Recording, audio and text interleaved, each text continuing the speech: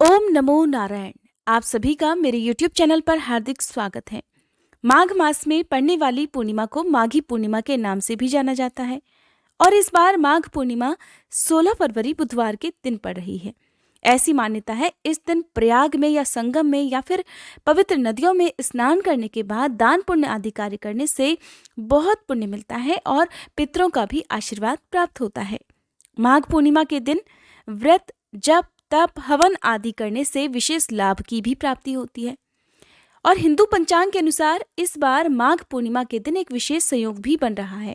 इस बार आश्लेषा नक्षत्र और कर्क की युति हो रही है। आइए जानते हैं इस विशेष संयोग के दिन क्या करना चाहिए और क्या नहीं करना चाहिए। उससे पहले जान लेते हैं माघ पूर्णिमा की तिथि कब से कब तक रहने वाली है और इस दिन का शुभ मुहूर्त क्या रहेगा, चंद्रोदय का समय क्या रहने वाला है। साथ ही मैं आपको बताऊंगी पूर्णिमा के दिन किन चीजों का दान करना चाहिए और कौन से ऐसे कार्य हैं जो भूले से भी पूर्णिमा की तिथि को नहीं करना चाहिए। साल 2022 में माघ पूर्णिमा है 16 फरवरी बुधवार के दिन और इसी दिन व्रत भी रखा जाएगा। पूर्णिमा के दिन भगवान श्री हरि, माँ लक्ष्मी जी, भगवान शिव और पूरे शिव परिवार की पूजा करनी चाहिए।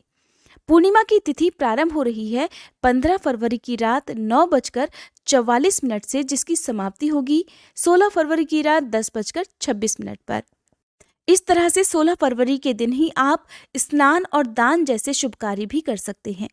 16 फरवरी बुधवार को सूर्योदय का समय रहेगा सुबह 7:02, सूर्यास्त का समय रहेगा शाम 6:19 और चंद्रोदय का समय रहेगा शाम 6:08 पर। पूर्णिमा के दिन व्रत रखने वाले भक्तों को चाहिए कि सूर्योदय से पहले स्नान करें और पूजा आदि के कार्य संपन्न करें। संभव हो तो इस दिन उपवास रखना चाहिए। सुबह के समय सूर्य देवता को अर्घ्य देना चाहिए और क्योंकि माघ मास का अंतिम दिन होता है, भगवान कृष्ण के माधव रूप की पूजा इस पूरे महीने में की जाती है और पवित्र नदियों में स्नान भी किया जाता है। अगर आप पूरे महीने पवित्र नदियों में या गंगा जल से स्नान ना कर पाए हों तो विशेष रूप से पूर्णिमा के दिन आपको हो सके तो पवित्र नदियों में, नहीं तो घर पर ही गंगा जल मिलाकर पानी से स्नान करना चाहिए।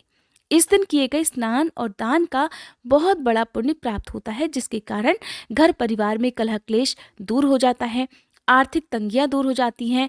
अगर जीवन साथी से मतभेद ज्यादा होते हैं तो वो सभी दूर हो जाते हैं।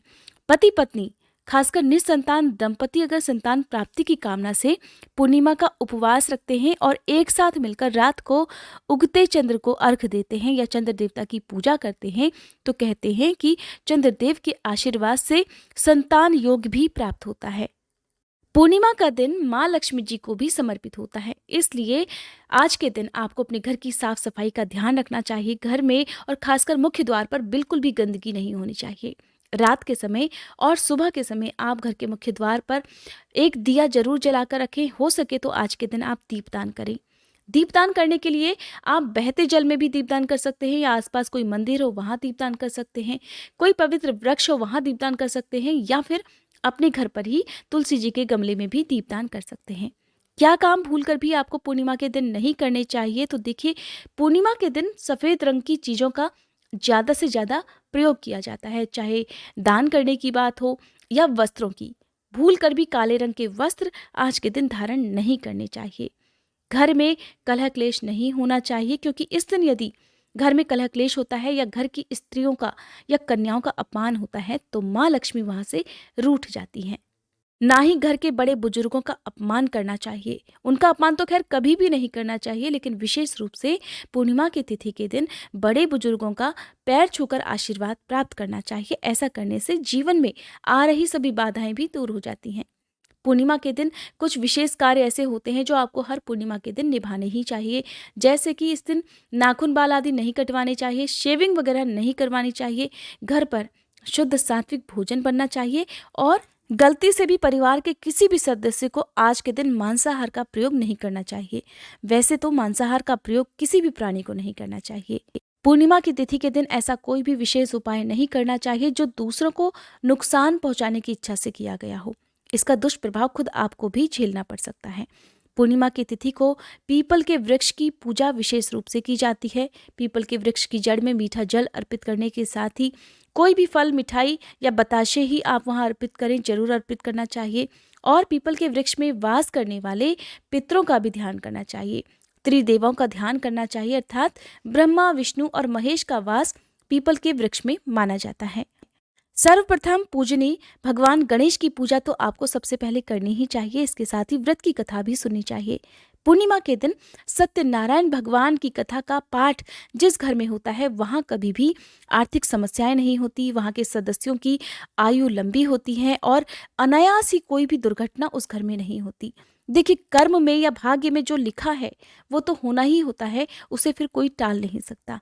लेकिन फिर भी हमेशा हर कोई यही चाहता है कि हम इतनी पूजा पाठ करें, इस तरह से भगवान में विश्वास रखें कि हमारे घर पर कोई भी ना तो दुर्घटना हो, ना ही हमारे घर परिवार के किसी भी सदस्य को कोई नुकसान हो या हमारे पास कोई भी आर्थिक तंगियां ना आए। इसके लिए पूर्णिमा के दिन सभी सदस्यों को हो सके तो गंगा जल मिलाकर स्नान करना चाहिए। हो सके तो आज के दिन भगवत गीता के किसी भी पाठ का आपको पठन करना चाहिए या दूसरों को सुनाना चाहिए। ये थी आज की वीडियो। उम्मीद करती हूँ ये जानकारी आपको पसंद आई होगी। वीडियो कैसी लगी कमेंट बॉक्स में जरूर बताइएगा। इसके साथ ही आप मेरे दूसरे चैनल पर श्रीमद् भागवत महापुराण की कथा के सभी अध्याय भी सुन सकते हैं, जिसका लिंक भी आपको इसी वीडियो के डिस्क्रिप्शन बॉक्स में मिल जाएगा। उम्मीद करती हूँ ये जानकारी आपको पसंद आई होगी।